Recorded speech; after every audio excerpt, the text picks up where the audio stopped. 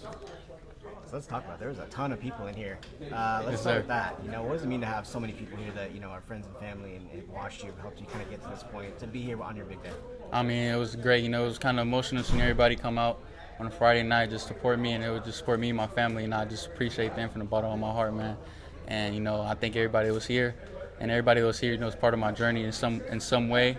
So I just appreciate everybody that came through and supported me for sure. You had all those reporters here bugging you for a while about this decision, and especially in the last couple of weeks, like Yes, sir. which way are you going, which way are you leaning? Yes, sir. When did Arizona kind of start to look like it was going to be the one for you?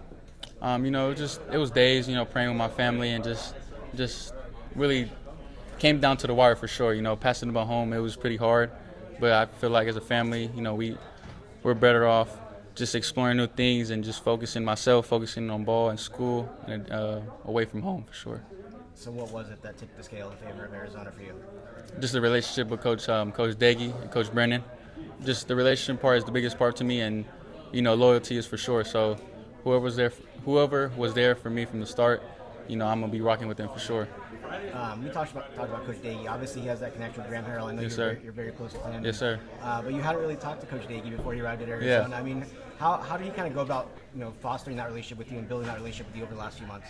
Man, I wish I could explain it, but man, we just clicked. So it was just a bond, that no one could break really, and that's my guy, my dog for life for sure. So I just can't wait to rule college football with him.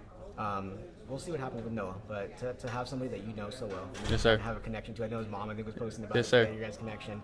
What's that mean to you to be able to kind of be the successor to him at a place like Arizona? Oh man, that's family. I played with the OC Buckeyes 14U, so I got along with them well since then. But I'm blessed that that Dash popped up, and my dogs from my team OC Buckeyes popped up, and I just thank him so much, man. I can't wait. If Noah decides to stay a year, I can't wait to learn off him. But if he does decide to pursue something better things, I just can't wait to take over what he has left there.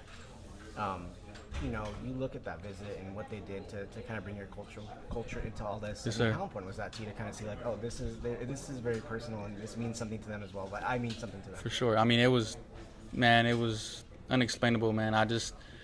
For them to show all that and just embrace the culture, it was big time. It was probably the tip.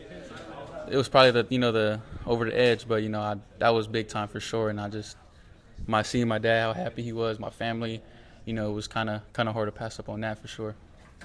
Let's talk about Coach Brennan. Obviously, he's Yes, a big part sir. of this picture. What was it like kind of building that bond with him, and what does it mean to Coach play for him? Coach Brennan, man, he's an awesome guy, awesome coach, and he has a plan.